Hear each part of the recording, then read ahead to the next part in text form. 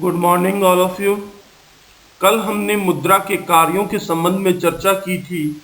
आज हम ये देखेंगे कि मुद्रा का अर्थव्यवस्था के विभिन्न क्षेत्रों में महत्व किस प्रकार से है, क्योंकि मुद्रा के द्वारा जो कार्य संपादित किए जाते हैं उन्हीं कार्यों के आधार पर मुद्रा के कुछ महत्वों को हम रेखांकित कर सकते हैं।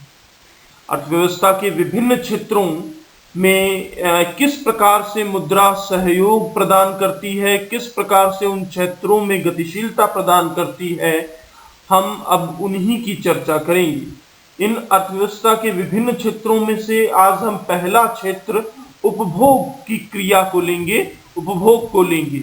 तो आज हम देखेंगे कि उपभोग के क्षेत्र में मुद्रा का क्या महत्व है। जैसा कि आप उपभोग के संबंध में समझते होंगे कि उपभोग अर्थव्यवस्था या आर्थिक क्रियाओं में सबसे महत्वपूर्ण प्रक्रिया है। समस्त आर्थिक क्रियाओं का प्रारंभ और अंत उपभोग से ही होता है। यदि उपभोग नहीं होगा तो उत्पादन का कार्य भी नहीं होगा, और उत्पादन का कार्य नहीं होगा तो रोजगार नहीं होंगे, रोजगार नहीं होगा तो किसी भी प्रकार की आर्थिक क्रिया संपादित हो सकना संभव नहीं हो सकेगी।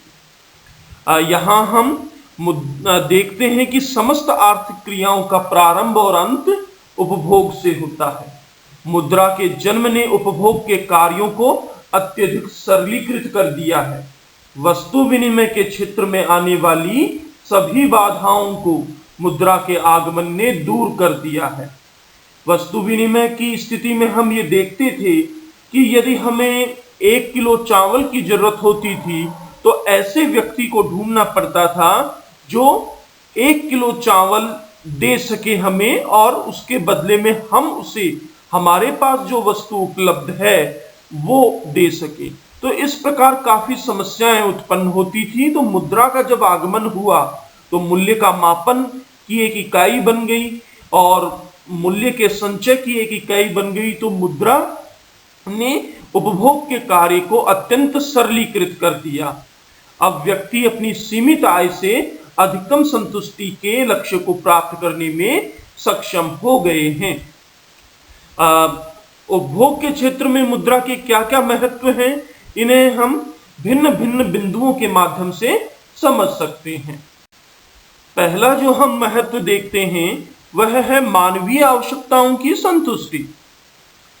मुद्रा विनिमय का माध्यम एवं मूल्य का मापक है।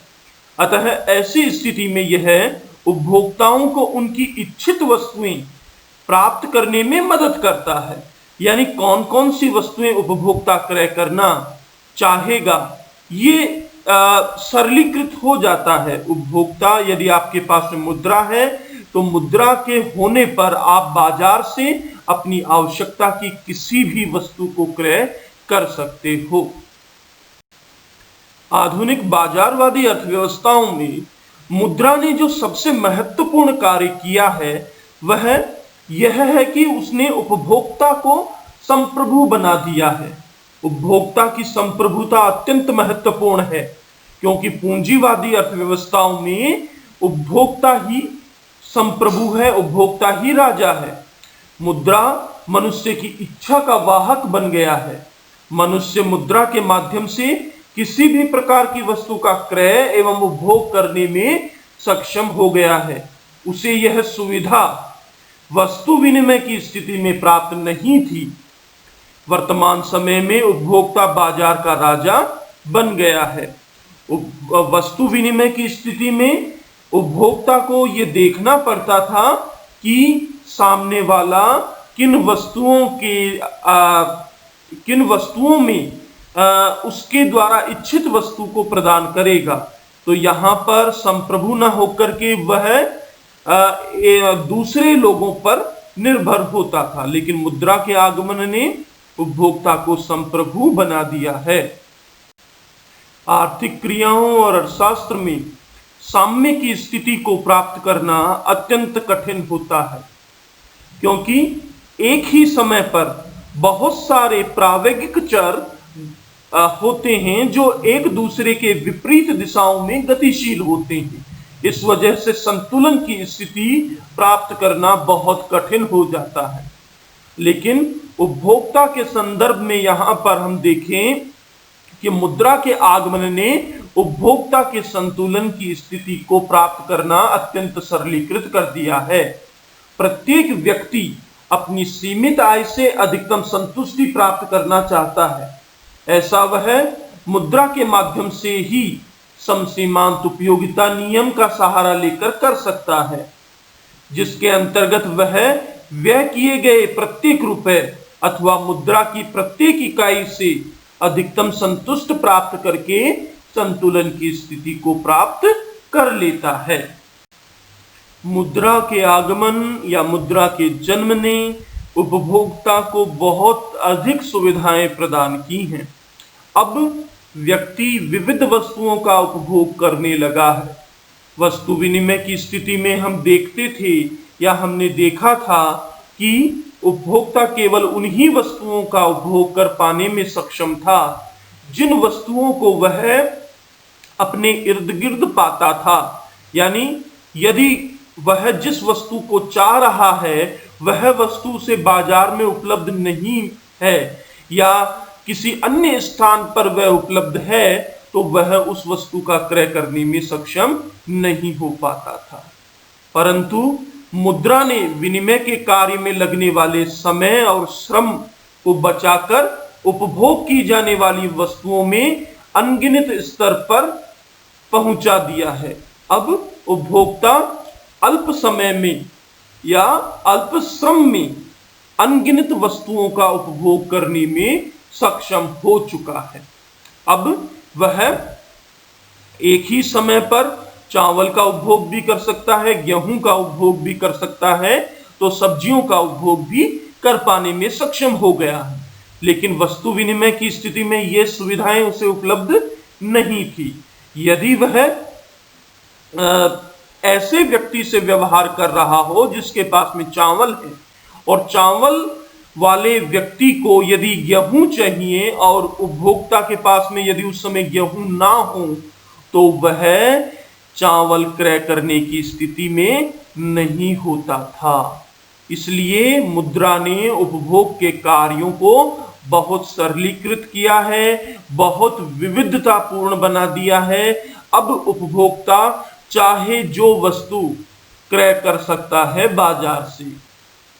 मुद्रा के उपभोग के संबंध में महत्व को रेखांकित करते हुए हम ये देखते हैं कि मुद्रा वर्तमान एवं भावी उपभोग के आधार का कार्य भी करती है। मुद्रा के प्रयोग के फलस्वरूप ही हम अपनी आय का उपभोग न केवल वर्तमान आवश्यकताओं की पूर्ति के लिए अपितु भविष्य की आवश्यकताओं की पूर्ति के लिए भी कर सकते हैं। ऐसी आवश्यकताएं जो आज हमें नहीं है, लेकिन हो सकता है कि 1 महीने बाद या 2 महीने बाद उन चीजों की, उन सेवाओं की आवश्यकता हमें होगी, तो हम मुद्रा को संचित करके उन वस्तुओं और सेवाओं का उपभोग भविष्य में कर सकेंगे। मुद्रा के महत्व को रेखांकित करने के लिए रॉबर्टसन कहते हैं कि मुद्रा समाज के प्रत्येक सदस्य को विश्वास दिलाती है कि रोजगार के द्वारा उसने जिन साधनों को अर्जित किया है वह उसे अधिकतम उपभोग एवं आनंद प्रदान करेंगी। साथ ही मुद्रा उपभोग कार्य में इतनी विविधतापूर्ण वस्तुएं एवं सेवाएं उपलब्ध कराती है जिससे निश्चित ही संतुष्टि का स्तर बढ़ जाता है। देखिए बच्चों, मुद्रा के आगमन ने उपभोग के कार्य को अत्यंत सरलीकृत कर दिया है। मुद्रा विनिमय का माध्यम है, मूल्य का वाहक है, मूल्य संचय का आधार है। इसलिए अब वर्तमान समय में, आधुनिक समय में उपभोक्ता चाहे जिन वस्तुओं का चाहे जिस समय पर उपभोग करने में सक्षम हो गया है। आज हमने मुद्रा का उपभोग के क्षेत्र में महत्व देखा और देखा कि किस प्रकार से मुद्रा ने उपभोग के कार्य को अत्यंत सरल बना दिया है और न केवल सरल बनाया है अपितु उपभोक्ता को संपूर्ण बाजार का राजा बना दिया है, उपभोक्ता को संप्रभु बना दिया है। कल हम देखेंगे कि मुद्रा ने किस प्रकार से उत्पादन के क्षेत्र में अपना योगदान दिया है।